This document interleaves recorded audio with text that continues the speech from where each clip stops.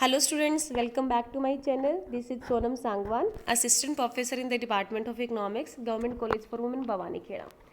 So today our topic of discussion is methods of protection. जैसे कि last video lecture में हम already free trade policy and protection policy के बारे में पढ़ चुके हैं.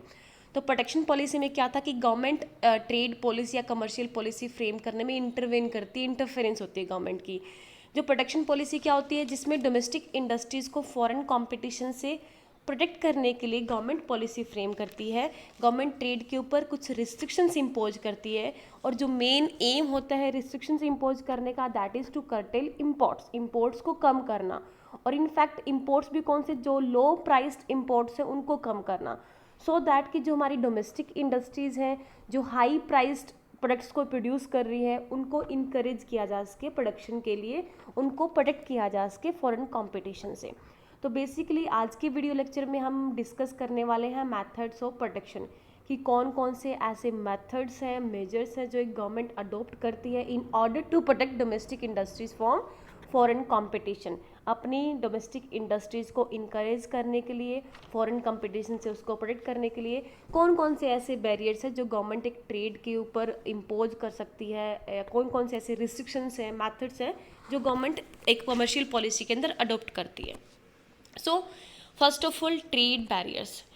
बेसिकली ट्रेड बैरियर्स क्या होते हैं? International trade is generally characterized by existence of various trade barriers. बहुत सारे ट्रेड बैरियर्स होते हैं जो उनके ऊपर इम्पोज किए जाते हैं इंटरनेशनल ट्रेड के ऊपर.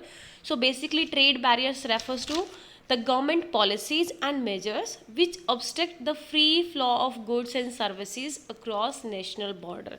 तो ट्रेड बैरियर्स का मतलब वो सारी गवर्नमेंट पॉलिसीज़, वो सारे गवर्नमेंट्स रूल्स एंड मेजर्स जो free flow of goods and services को ऑब्स्ट्रक्ट करते हैं, रोकते हैं अक्रॉस नेशनल बॉर्डर्स, की जब वो एक नेशन के बॉर्डर को क्रॉस करती हैं goods and services through export and import. तो जो उनको ऑब्स्ट्रक्ट करते हैं, जो उनको रोकते हैं, वो सारे बैरियर्स उनको बोलते हैं हम trade barriers. Basically the main objectives of imposing trade barriers are, first कि कौन कौन से ऑब्जेक्टिव होते हैं कि एक गवर्नमेंट है अपनी कमर्शियल पॉलिसी के अंदर ट्रेड के ऊपर रिस्ट्रिक्शंस इम्पोज करती है, तो उनके पीछे कुछ इकोनॉमिक और नॉन इकोनॉमिक ऑब्जेक्टिव्स होते हैं.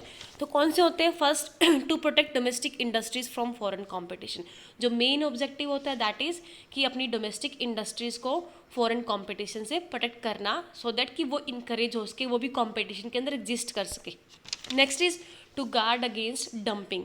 डंपिंग के बारे में हमने पहले बताया था. डंपिंग इज़ कि जब कोई नेशन अपने प्रोडक्ट्स को अपने होम कंट्री के अंदर कम हाई प्राइस के ऊपर सेल करता है और फॉरेन कंट्री में लो प्राइस के ऊपर सेल करता है, दैट इज़ डंपिंग. इनका मेन होता है कि फॉरेन कॉम्पिटिटर्स होते हैं उनको वाइप आउट करना. तो डंपिंग के अगेंस्ट अपने नेशन को गार्ड करने के लिए, प्रोटेक्ट करने के लिए.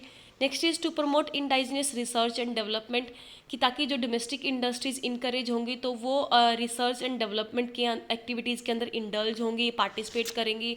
इनोवेशंस एंड इन्वेंशन, उनके अंदर ऐसी सारी activities that will take place, ताकि कंपटीशन की स्पिरिट है वो प्रिवेल होगी among domestic industries and foreign जो इंडस्ट्रीज है उनके बीच में. तो इन एक्टिविटीज़ को प्रमोट करने के लिए गवर्नमेंट ट्रेड के ऊपर बैरियर्स इम्पोज करती है. Next is to conserve foreign exchange resources of the country. जो फॉरेन एक्सचेंज स्टॉक हमारा रिसोर्सेज है उनको कंजर्व करने के लिए ट्रेड के ऊपर बैरियर्स इम्पोज करती है.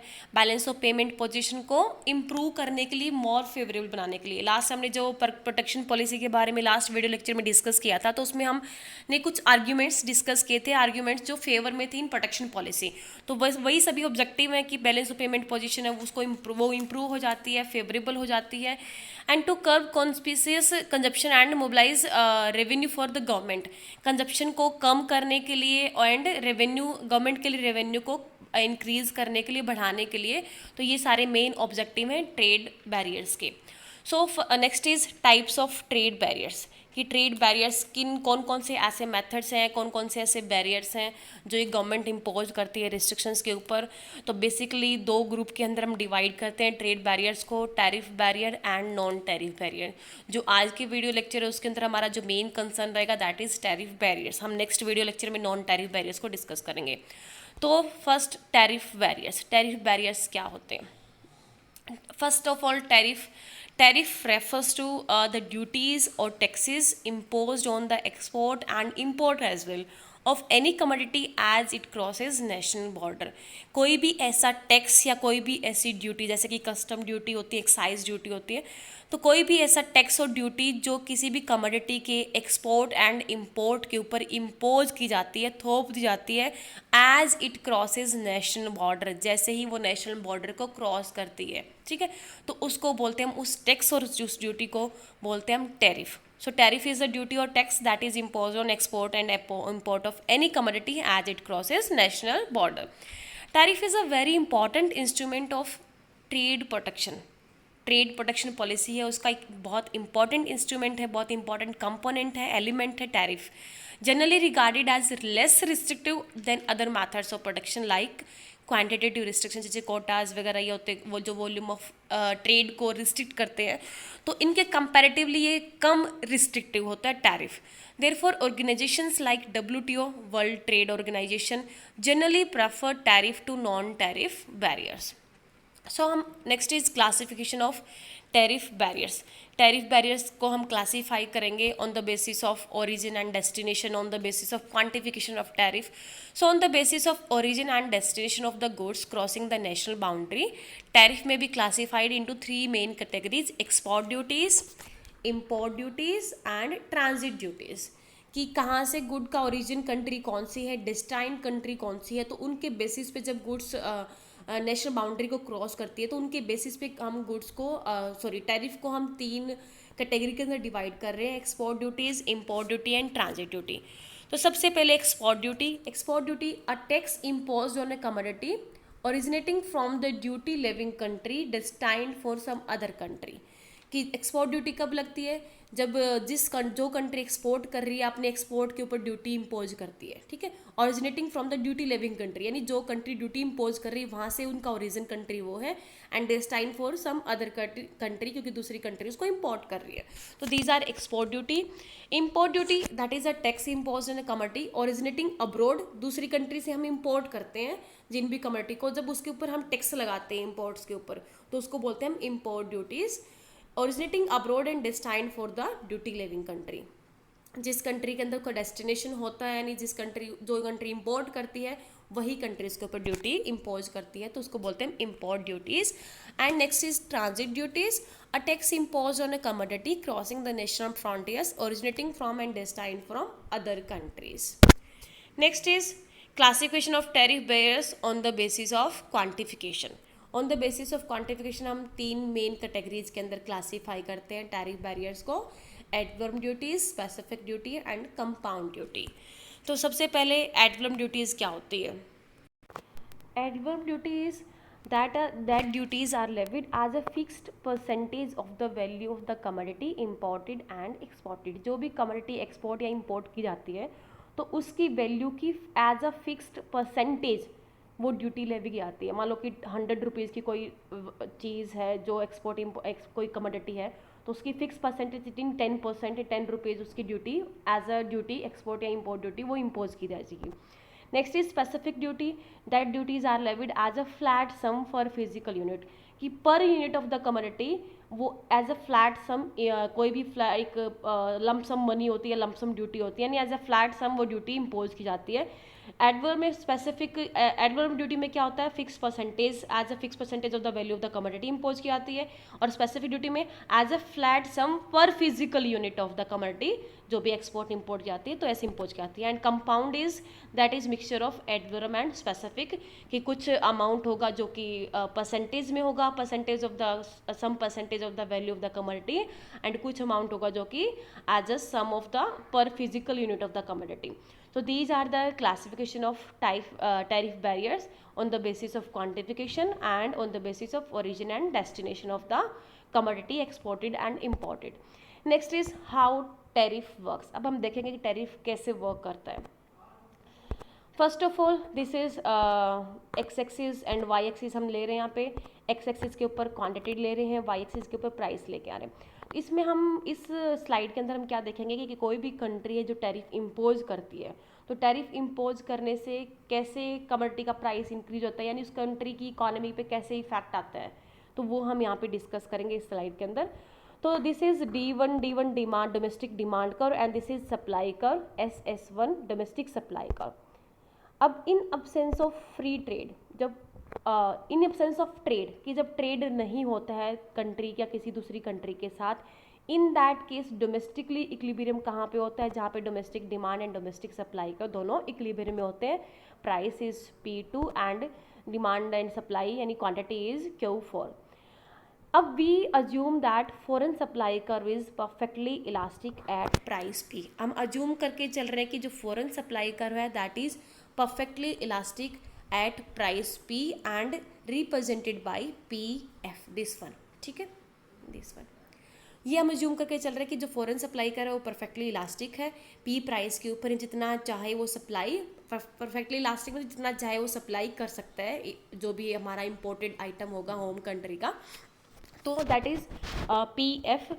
अब हम बात करते हैं फ्री ट्रेड के अंदर कि जब फ्री ट्रेड होता है, नहीं कोई ट्रेड के ऊपर बैरियर्स या कोई रिस्ट्रिक्शंस इम्पोज नहीं किए आते, कोई टैरिफ की वॉल क्रिएट नहीं की आती, तो फ्री ट्रेड के अंदर क्या होता है, एट प्राइस P प्राइस के ऊपर domestic demand is represented by Q, this one is, ये हमारी होगी डोमेस्टिक डिमांड कर्व के नीचे वाला जो कर्व है, पोर्शन है P प्राइस के ऊपर, that is our domestic demand, and this is our domestic supply, ये हमारी डोमेस्टिक सप्लाई होगी, दैट इज Q2।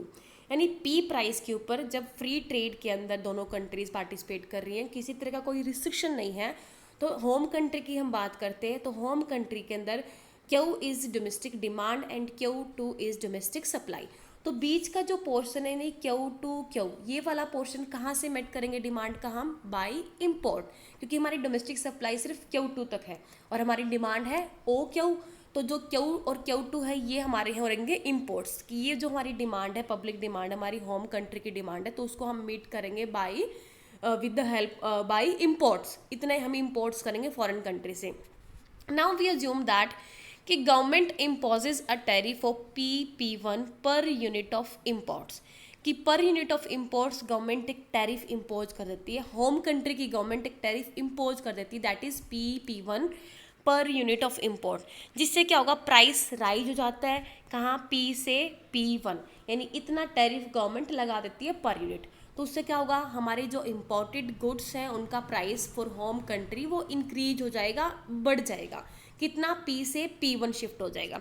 अब P1 के ऊपर हम चेक करेंगे कि इतने डोमेस्टिक डिमांड कितनी है, डोमेस्टिक सप्लाई कितनी है, तो P1 के ऊपर, P1 प्राइस के ऊपर domestic demand is Q1, this is our domestic demand, and domestic supply is Q3, ये हमारी डोमेस्टिक सप्लाई होगी, ठीक है। तो अब जो पोर्शन है हमारा, इंपोर्ट्स कितने होंगे, अब हमारे इंपोर्ट्स होंगे Q3 Q1, ये वाली जो डिमांड है हमारी अनमेट डिमांड है बाय डोमेस्टिक सप्लाई, उसको हम मीट करेंगे कैसे, बाय इंपोर्ट्स, तो ये हमारे इंपोर्ट्स होंगे। तो this is how tariff works, कि टैरिफ कैसे काम करता है। तो यहाँ पे हम देखेंगे कि टैरिफ पहले सबसे पहले हमने डोमेस्टिक डिमांड का और डोमेस्टिक सप्लाई का लिया, वहाँ पे हमने बिना, अब इन एब्सेंस ऑफ ट्रेड हमने इक्विलिब्रियम शो किया, इक्विलिब्रियम दैट इज जो प्राइस था हमारा in absence of trade that was P2 very high, और ये हमारी जो Q4 क्वांटिटी थी, क्वांटिटी डिमांडेड एंड सप्लाई, ठीक है, जहाँ पे हमारी जो डोमेस्टिक मार्केट है वो इक्विलिब्रियम में थी। फिर हम बात करते हैं फ्री ट्रेड के अंदर, कि फ्री ट्रेड के अंदर दैट इज PF, कि ये सप्लाई कर है, फॉरेन सप्लाई कर है, दैट इज परफेक्टली इलास्टिक, तो P प्राइस के ऊपर हमारी डोमेस्टिक डिमांड Q है, डोमेस्टिक सप्लाई Q2 है, और जो हम इंपोर्ट्स हैं दैट इज Q2Q। फिर हम बात अज्यूम करते हैं कि गवर्नमेंट होम कंट्री वो अपने इंपोर्ट्स के ऊपर P1 per unit of imports tariff impose करती है, जिससे जो इंपोर्ट गुड्स उनका प्राइस इंक्रीज होके P से P1 हो जाता है। अब P1 प्राइस के ऊपर domestic demand is Q1, domestic supply is Q3, और इंपोर्ट्स हमारे कम होकर कितना होगा, Q3 Q1। तो ये होगा टैरिफ कैसे काम करते हैं। नेक्स्ट वन इज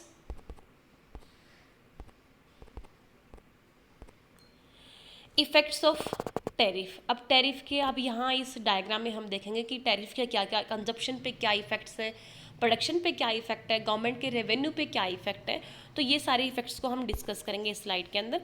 सबसे पहले बात करते हैं हम कंजप्शन इफेक्ट की।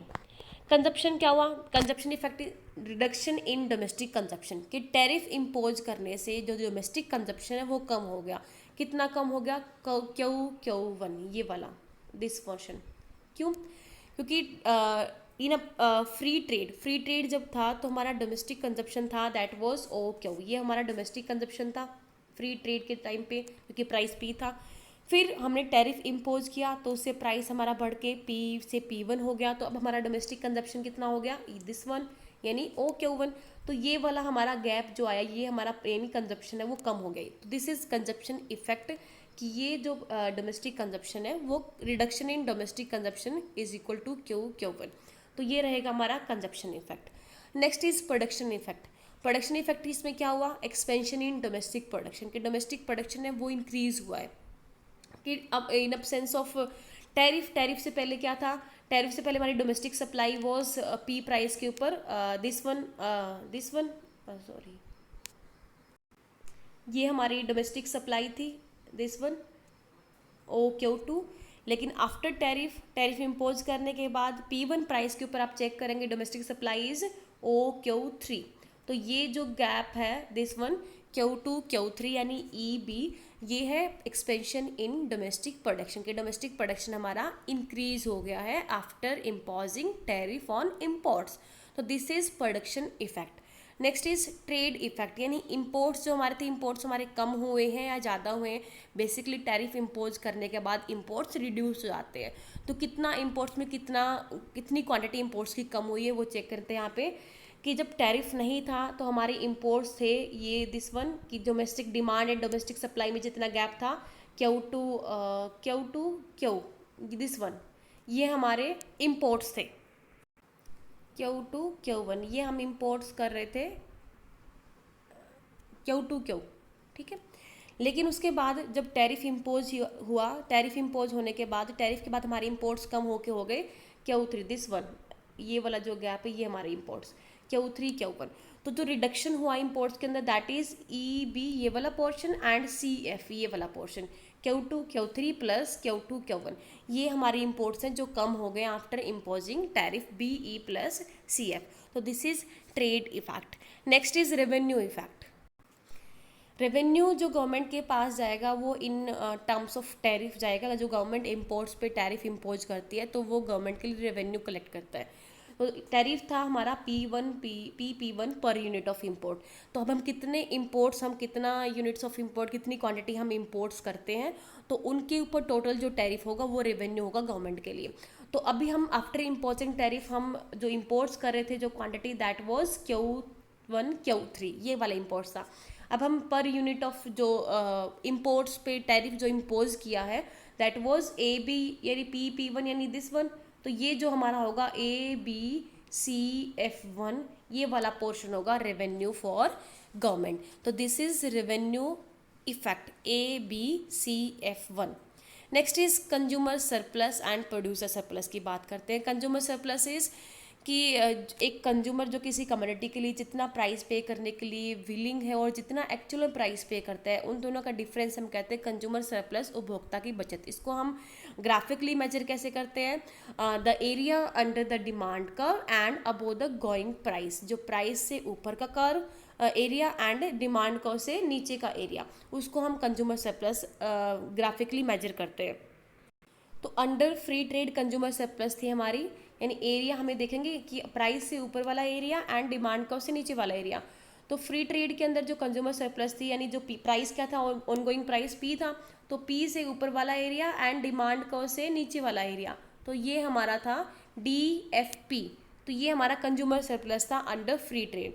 अब टैरिफ इम्पोज करने के बाद क्या हुआ, प्राइस इंक्रीज हो गया, तो हम अब प्राइस हुआ हमारा P1, तो P1 से ऊपर का एरिया एंड डिमांड कर्व से नीचे वाला एरिया, यानी DF1 P1 DP1 F1, ये कंज्यूमर सरप्लस है आफ्टर इम्पोजिंग टैरिफ। तो कंज्यूमर सरप्लस के अंदर अभी लॉस हुआ है टैरिफ इम्पोज करने से, कितना लॉस हुआ है, that is PF1 P1, reduction in consumer surplus, कि ये जो एरिया हमारा ये दिस वन, ये हमारा है consumer loss in consumer surplus PF1 P, ठीक है। Next is producer surplus.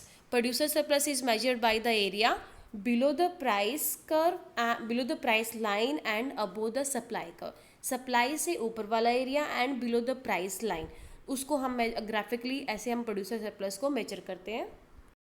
Under free trade की बात करते हैं, फ्री ट्रेड में प्रोड्यूसर सरप्लस वाज कि हमारा प्राइस था फ्री ट्रेड के अंदर पी, तो प्राइस सप्लाई कर्व से अबोव जो एरिया है प्राइस लाइन से जो नीचे एरिया है, दिस वन PSE, ये था प्रोड्यूसर सरप्लस एरिया, ठीक है, अंडर फ्री ट्रेड।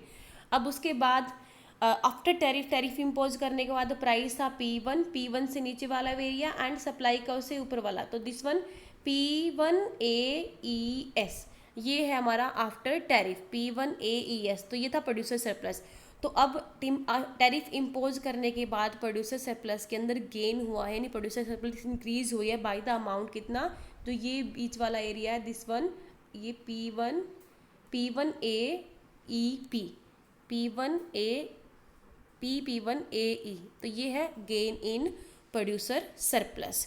सो प्रोड्यूसर सरप्लस है वो इंक्रीज हुई है आफ्टर इम्पोजिंग टैरिफ, क्योंकि प्रोडक्शन इंक्रीज हुआ था। हमने कंजप्शन फैक्टर प्रोडक्शन इफेक्ट में देखा था कि प्रोडक्शन का एक्सपेंशन हुआ था एंड कंजप्शन है वो रिड्यूस हुआ था बाय इम्पोजिंग टैरिफ, ठीक है। तो प्रोड्यूसर सरप्लस के अंदर गेन हुआ है एंड कंज्यूमर सरप्लस है उसमें लॉस हुआ है आफ्टर इम्पोजिंग टैरिफ।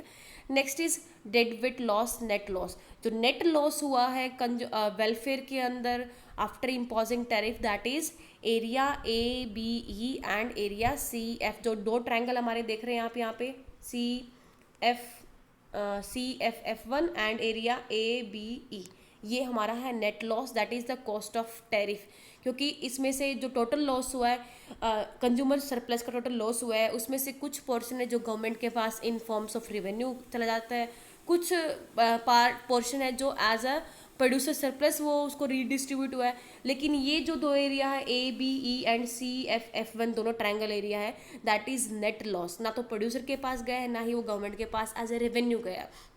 तो ये है total loss, net loss in the consumer welfare, जिसको हम डेडविट लॉस बोलते हैं, कॉस्ट ऑफ द टैरिफ की जो कॉस्ट है, area ABE and area CFF1। तो this is the effects of tariff, कि टैरिफ इम्पोज करने से कंजप्शन पे, प्रोडक्शन पे, ट्रेड पे, रेवेन्यू पे, कंज्यूमर सरप्लस, प्रोड्यूसर सरप्लस, तो उन पे क्या क्या इफेक्ट्स होंगे, ठीक है। Next is terms of trade effect. Terms of trade के ऊपर आफ्टर इम्पोजिंग टैरिफ टैरिफ के टर्म्स ऑफ ट्रेड के ऊपर क्या इफेक्ट्स आएंगे, अब हम वो देखेंगे। First is A tariff would likely to improve the terms of trade of a tariff imposing country। जो भी कोई home country tariff imposing country होती है, तो बेसिकली टैरिफ इम्पोज करने से उसके जो टर्म्स ऑफ ट्रेड है वो इम्प्रूव हो जाती है। तो यहाँ हम डायग्राम के थ्रू इनको देख रहे हैं कैसे टर्म्स ऑफ ट्रेड इम्प्रूव हो जाती है। सबसे पहले OH, ये हम ऑफर कर्व्स की हेल्प से देखेंगे टर्म्स ऑफ ट्रेड के ऊपर क्या इफेक्ट आता है। ऑफर कर्व की किसी कंट्री का ऑफर कर्व क्या रिप्रेजेंट करता है कि पर यूनिट ऑफ एक्सपोर्ट उसको कितना इंपोर्ट्स वो मिल रहे हैं, यानी जब एक्सपोर्ट इंपोर्ट कर रहे हैं वो, तो एक्सपोर्ट्स के बदले में कितनी क्वांटिटी उसको इंपोर्ट्स की मिल रही है, तो पर यूनिट ऑफ एक्सपोर्ट कितना इंपोर्ट्स की क्वांटिटी वो गेन कर रहा है, दैट इज वो रिप्रेजेंट किया था ऑफर कर्व से। तो यहाँ पे हम देख रहे हैं कि OH है, OH is the offer curve of home country, और होम कंट्री क्या कर रही है, जो एक्सपोर्ट्स कर रही है एक्स गुड्स को और इंपोर्ट्स कर रही है वाई गुड्स को। हमने एक्स एक्सिस पे एक्स गुड्स को लिया है, वाई गुड्स के ऊपर वाई गुड्स को लिया है, वाई एक्सिस के ऊपर। तो ये this one is OH curve of home country, home country का है, जो कि होम कंट्री क्या कर रही है, एक्स गुड्स को एक्सपोर्ट्स कर रही है, एक्सपोर्टेबल आइटम है, एंड वाई गुड्स को इम्पोर्ट कर रही है। And this one is OF is the offer curve of foreign country, जो वाई गुड्स को एक्सपोर्ट कर रही है एंड एक्स गुड्स को इंपोर्ट कर रही है। अब ये दोनों ऑफर कर्व है। अब फ्री ट्रेड की बात करते हैं। फ्री ट्रेड में क्या होता है, फ्री ट्रेड इक्विलिब्रियम में terms of trade is shown by OT, ये है terms of trade. Terms of trade is quantity of exports divide by quantity of imports. ऐसे हम टर्म्स ऑफ ट्रेड को कैलकुलेट करते हैं, तो जितना हम एक्सपोर्ट्स करते हैं डिवाइड बाय उसके बदले में जितना इंपोर्ट्स किया आता है, that is terms of trade. तो टर्म्स ऑफ ट्रेड की बात करते हैं फॉर होम कंट्री, वो क्या है होम कंट्री के लिए, होम कंट्री की गुड्स है जो एक्सपोर्ट्स वाली, that is X and import कर रही है Y। तो कितना वो ऑफर कर्व में यहाँ पे हम देखेंगे इस पॉइंट इक्विलिब्रियम पॉइंट पे कि अंडर फ्री ट्रेड जो टर्म्स ऑफ ट्रेड है फॉर कंट्री होम कंट्री वो कितनी है, दैट इज कितनी क्वांटिटी एक्सपोर्ट्स की कर रही है वो OX, ये क्वांटिटी वो एक्सपोर्ट्स कर रही है और इन रिटर्न उसको इतनी क्वांटिटी इंपोर्ट्स की मिल रही है। तो ये उसकी टर्म्स ऑफ ट्रेड होगी OX by OY, quantity of exports divide by quantity of imports, ठीक है, अंडर फ्री ट्रेड इक्विलिब्रियम। उसके बाद हम सपोज करते हैं कि होम कंट्री है वो अपने इंपोर्ट्स के ऊपर टैरिफ इम्पोज कर देती है। अब टैरिफ इम्पोज करने से उसका जो ऑफर कर है वो शिफ्ट हो जाता है OH से OH1, ठीक है। अब OH पेन पे यहाँ पे न्यू इक्विलिब्रियम पॉइंट मिलेगा E1, ठीक है। और यहाँ पे क्या है, नई टर्म्स ऑफ ट्रेड है, टर्म्स ऑफ ट्रेड यानी दिखा रहे हैं हम OT1 लाइन से। अभी इस न्यू टर्म्स ऑफ ट्रेड को हम कैसे फाइंड आउट करेंगे, बेसिकली वही quantity of exports divide by quantity of imports.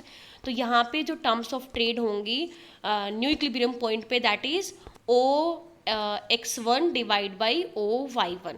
तो ये टर्म्स ऑफ ट्रेड होंगी OX1 डिवाइड बाई OY1, ठीक है। ये new equilibrium terms of trade है। अब जो न्यू टर्म्स ऑफ ट्रेड है यानी OT1 is more favourable than OT for the home country. क्यों फेवरेबल ज़्यादा क्यों होंगी, जैसे बेसिक हमने पहले भी बात करा कि एक टैरिफ है वो एक टैरिफ इम्पोजिंग कंट्री की जो टर्म्स ऑफ ट्रेड को बेसिकली इम्प्रूव करता है, ठीक है। तो ये जो न्यू टर्म्स ऑफ ट्रेड है वो होम कंट्री के लिए फेवरेबल होंगी एज कम्पेयर टू जो OT टर्म्स ऑफ ट्रेड थी, ठीक है।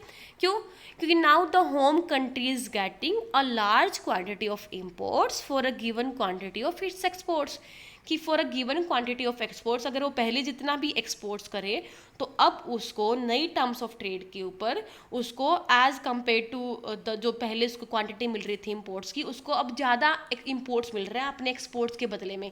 पहले भी जितना एक्सपोर्ट्स कर रहा था उसको अगर हम सेम रखें, एक्सपोर्ट्स को चेंज ना करें, तो अब उसको एक्सपोर्ट्स के बदले में ज़्यादा इंपोर्ट्स मिल रहे हैं।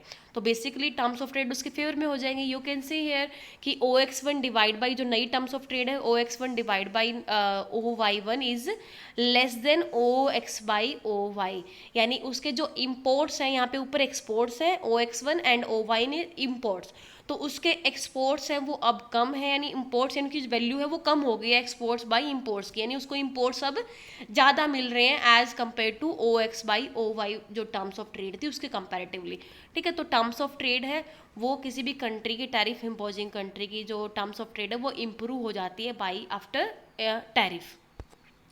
Next is income distribution effect, कि इनकम का डिस्ट्रीब्यूशन कैसे होगा आफ्टर इम्पोजिंग टैरिफ, तो हम यहाँ पे डिस्कस करेंगे। यहाँ पे हम एजवर्थ बॉक्स की हेल्प से हम दिखाएंगे इनकम डिस्ट्रीब्यूशन इफेक्ट को। यहाँ पे एक्स एक्सिस पे labour and production of exportable, हम यहाँ जूम करके चल रहे हैं कि जो एक्सपोर्टेबल गुड है होम कंट्री की दैट इज़ लेबर इंटेंसिव, यानी उसमें लेबर का ratio as compare to capital ज़्यादा यूज़ हो रहा है, यानी लेबर इंटेंसिव है वो। और जो वाई गुड है हमारी हमारी कैपिटल जो हमारी इंपोर्टेबल गुड है यानी production of importable that is capital intensive, की जो इंपोर्टेबल गुड्स है दैट इज कैपिटल इंटेंसिव, यानी इसमें कैपिटल की quantity as compare to labour ज़्यादा यूज़ होती है। तो फ्री ट्रेड की O and O dash, free trade की बात करते हैं। फ्री ट्रेड के अंदर जो प्रोडक्शन पॉइंट है वो हमारा P है, फ्री ट्रेड के अंदर कि P पॉइंट के ऊपर हम प्रोडक्शन कर रहे हैं, यानी ये हमारी ये देख सकते हो आप, ये प्रोडक्शन पॉइंट है P के ऊपर हम जो हमारे एक्सपोर्टेबल गुड्स हैं यानी लेबर इंटेंसिव गुड्स हैं उसको हम ज़्यादा एक्सपोर्ट्स कर रहे हैं, और जो इंपोर्टेबल गुड्स हैं उसको हम कम प्रोडक्शन कर रहे हैं और उसको हम इंपोर्ट कर रहे हैं बेसिकली। तो free trade point is production point is P। After tariff अगर कोई कंट्री अपने इंपोर्ट्स के ऊपर टैरिफ इम्पोज कर देती है होम कंट्री, तो उस केस में क्या होगा, प्राइस ऑफ इंपोर्टेबल गुड्स है उनको प्राइस राइज हो जाता है। So, a tariff on import increases the domestic price of importable goods. So, उस केस में क्या करेंगे, producers start increasing production of imports goods and decreasing production of exports goods. तो इम्पोर्ट्स गुड्स से उनका प्रोडक्शन इंक्रीज करना start कर देंगे एंड एक्सपोर्ट्स गुड्स का प्रोडक्शन डिक्रीज करना कम कर देंगे, डिक्रीज करना स्टार्ट कर देंगे, क्योंकि जो डोमेस्टिक प्राइस इंपोर्टेबल गुड्स है उनका डोमेस्टिक प्राइस इंक्रीज होगा। तो प्रॉफिट अर्न करने के लिए, मैक्सिमम प्रॉफिट अर्न करने के लिए तो इंपोर्ट्स गुड का प्रोडक्शन को इंक्रीज कर देंगे, और जब अपने एक्सपोर्ट्स गुड्स उसके प्रोडक्शन को कम कर देंगे तो शिफ्ट हो जाएगा प्रोडक्शन पॉइंट P से P1। ये हमारा नया प्रोडक्शन पॉइंट होगा P1। अब कोई भी स्मॉल कंट्री है जो एक टैरिफ इम्पोज करती है, तो ये tariff impose by a small country raises the relative prices of imported commodity and shift resources from export industry to the import competing industry. तो रिसोर्सेज हैं, जो रिसोर्सेज फैक्टर्स ऑफ प्रोडक्शन है वो shift हो जाएंगे किससे, एक्सपोर्ट इंडस्ट्री से import substituting industry या इम्पोर्ट कंपीटिंग इंडस्ट्रीज पे। तो क्योंकि इंपोर्टेड कमोडिटी उसके प्राइसेस राइज हो गए हैं, उसमें प्रॉफिट ज़्यादा है प्रोडक्शन करने में, तो सारे रिसोर्सेज डाइवर्ट हो जाते हैं एक्सपोर्ट इंडस्ट्री से इंपोर्ट कंपीटिंग इंडस्ट्री में. And not only do resources shift from one industry to other industry, but also the optimal methods of production, the optimal factor proportion and marginal productivities of both the factors in both industry and the internal basically ultimately क्या होता है, जो internal distribution income है वो क्या होगा, वो भी मतलब शिफ्ट होगा एक इंडस्ट्री से दूसरी इंडस्ट्री के अंदर. तो प्रोडक्शन मेथड है इन दोनों ही इंडस्ट्रीज़ में वो लेबर इंटेंसिव बन जाते हैं, क्योंकि जब प्रोडक्शन इंपोर्टेबल गुड्स का प्रोडक्शन इंक्रीज होता है विच इज़ कैपिटल इंटेंसिव है, तो क्या करेंगे, more capital is used, capital ज़्यादा यूज़ होगी क्योंकि कैपिटल इंटेंसिव है. जो इम्पोर्टेड गुड्स है, इंपोर्टेबल आइटम्स हमारे वो कैपिटल इंटेंसिव है, तो उनका प्रोडक्शन बढ़ेगा तो कैपिटल ज़्यादा यूज़ होगी. इससे क्या होगा कि इसी कैपिटल की डिमांड ज़्यादा बढ़ रही है तो जो रिलेटिव प्राइस ऑफ कैपिटल है वो भी इंक्रीज हो जाता है. तो प्रोड्यूसर्स क्या करते हैं, producers try to substitute labour for capital, labour को कैपिटल के लिए शिफ्ट करना, सब्स्टिट्यूट करना स्टार्ट कर देते हैं. And production methods become more labour intensive, कि जो प्रोडक्शन मैथड यूज हो रहा है in the production of importable goods वो क्या बन जाता है, more labour intensive, because producers try to substitute labour for capital. अब क्योंकि कैपिटल महंगी हो गई है तो लेबर को कैपिटल की जगह यूज करना स्टार्ट कर देंगे. And this phenomena is known as Stolper Samuelson theorem. ये थ्योरम क्या स्टेट करती है कि an increase in the relative price of a commodity, जैसे कि इंपोर्टेबल कमोडिटी का प्राइस इंक्रीज हुआ, so an increase in the relative price of a commodity raises the real wage of the factor use intensively in its production, कि जो भी factor use हो रहा है उसके इंटेंसिवली यूज़ हो रहा है, कैपिटल यूज़ हो रही थी इंपोर्ट्स गुड के अंदर, तो ठीक है, तो जो भी फैक्टर इंटेंसिवली यूज़ हो रहा है उसका जो प्राइस है वो इंक्रीज हो जाता है. तो इम्पोर्ट्स, अगर हमने टैरिफ इम्पोज किया तो जो हमारा इंपोर्ट आइटम्स थे, इंपोर्टेड जो गुड्स थी उसका प्राइस इंक्रीज हुआ, तो बेसिकली अल्टीमेटली क्या हुआ कि जो हमारी कंट्री के अंदर जो भी फैक्टर ऑफ प्रोडक्शन यूज़ हो रहा था इन the production of imported item, तो उसका जो वेस्ट था वो भी इंक्रीज हो गया. यानी कैपिटल इंटेंसिव थी हमारी जो इंपोर्टेबल आइटम्स था, तो इंपोर्ट्स के प्राइस बढ़े तो बेसिकली जो कैपिटल का प्राइस है वो भी इंक्रीज हो गया. ठीक है, तो this is Stolper Samuelson theorem and income distribution effect of a tariff. Next is tariff and balance of payment. Basically, a tariff will usually have a positive effect of a country's balance of trade. Balance of trade के ऊपर, balance of payment के ऊपर एक positive effect होगा tariff का, क्योंकि tariff लगाने से क्या होगा, basically balance of trade improve करने के लिए हमें क्या करना होता है, एक्सपोर्ट्स को बढ़ाना होता है, इंपोर्ट्स को कम करना होता है. तो टैरिफ इम्पोज करने से इंपोर्ट्स इनिशियली हमारे कम हो जाते हैं जिससे बैलेंस ऑफ ट्रेड इंप्रूव होता है. But at the same time national income increases and that will have a negative effect on balance of trade, क्योंकि टैरिफ इम्पोज करेंगे, टैरिफ से क्या होगा, इंपोर्टेड जो गुड्स के प्राइस इंक्रीज हो जाते हैं, तो इंपोर्ट कंपीटिंग इंडस्ट्रीज है उनका प्रोडक्शन इंक्रीज हो जाता है, डोमेस्टिक प्रोडक्शन इंक्रीज हो जाता है, डोमेस्टिक डिमांड बढ़ जाती है, तो नेशनल इनकम इंक्रीज हो जाती है. तो एट द सेम टाइम उसका बैलेंस ऑफ इनकम इंक्रीज होगी तो हमारे इंपोर्ट्स फिर से बढ़ जाएंगे दूसरी कमोडिटीज़ के. ठीक है, तो उसका भी बैलेंस ऑफ ट्रेड के ऊपर नेगेटिव इफेक्ट होगा. तो in that much now depends on the behaviour of trading partners. अगर रिपरकशंस होते हैं, रिपरकशन इज काउंटर रिएक्शन, अगर हम भी टैरिफ इम्पोज करें बदले में दूसरी कंट्री जो हमारा ट्रेडिंग पार्टनर है वो भी अगर अपने हमारे एक्सपोर्ट्स के ऊपर जो उसके इंपोर्ट्स हैं उस पर टैरिफ लगाते तो उससे क्या होगा, कोई बेनिफिट नहीं होगा दोनों कंट्रीज़ को, हमारे बैलेंस ऑफ ट्रेड भी कोई इंप्रूवमेंट नहीं आएगा क्योंकि हमारे एक्सपोर्ट्स भी तो कम हो जाएंगे एट द सेम टाइम.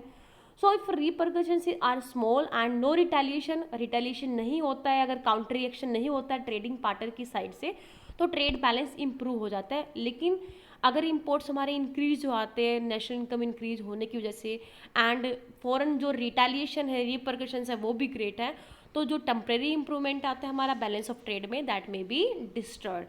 तो that all depends on the behaviour of trading partners कि उनके रिटेलिएशन कैसे होंगे, इनके रिएक्शंस कैसे होंगे, तो वो उससे डिपेंड करेगा टैरिफ से हमारा बैलेंस ऑफ पेमेंट इंप्रूव होगा या नहीं होगा. इनिशियली इंप्रूव हो जाता है अगर वो रिटेलिएशन उनकी तरफ से होगा, पार्टनर की तरफ से जो ट्रेडिंग पार्टनर है, तो वो डिस्ट्रॉय हो सकता है दैट जो इनिशियली इंप्रूवमेंट हुआ था बैलेंस ऑफ ट्रेड के अंदर.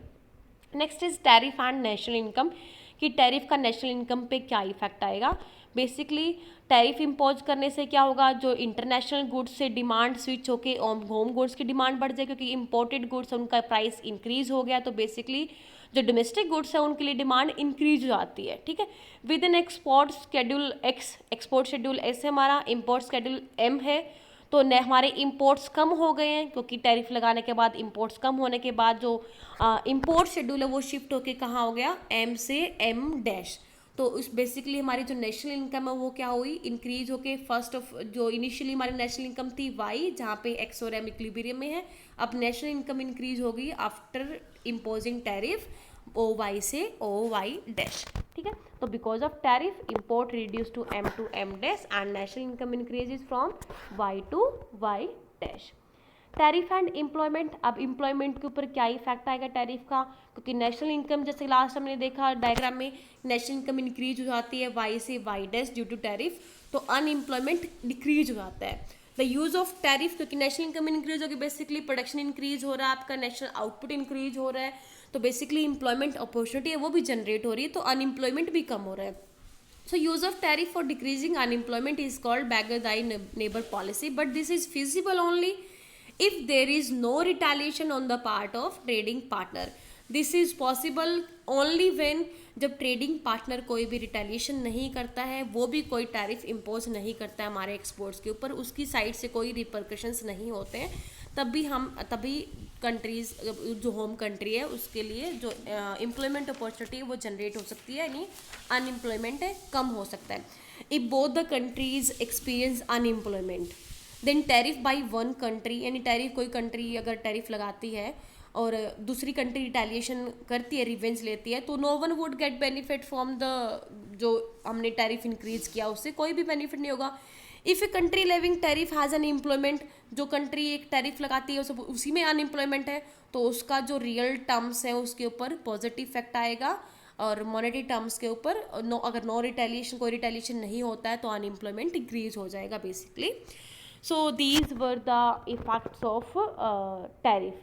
एंड हमने आज की वीडियो लेक्चर में देखा मैथड्स ऑफ प्रोटेक्शन कि कौन कौन से मेथड होते हैं। बेसिकली हमारा जो कंसर्न था मेन इस वीडियो लेक्चर में that was only tariff barriers की क्लासिफिकेशन को हमने पढ़ा, कौन कौन से टाइप के टैरिफ्स होते हैं, और उन टैरिफ्स का कंजप्शन पे, प्रोडक्शन पे, ट्रेड पे, रेवेन्यू पे, consumer surplus, producer surplus, terms of trade, national income, balance of payment and the last employment के ऊपर क्या इफेक्ट होते हैं। तो this was the video lecture. Thank you.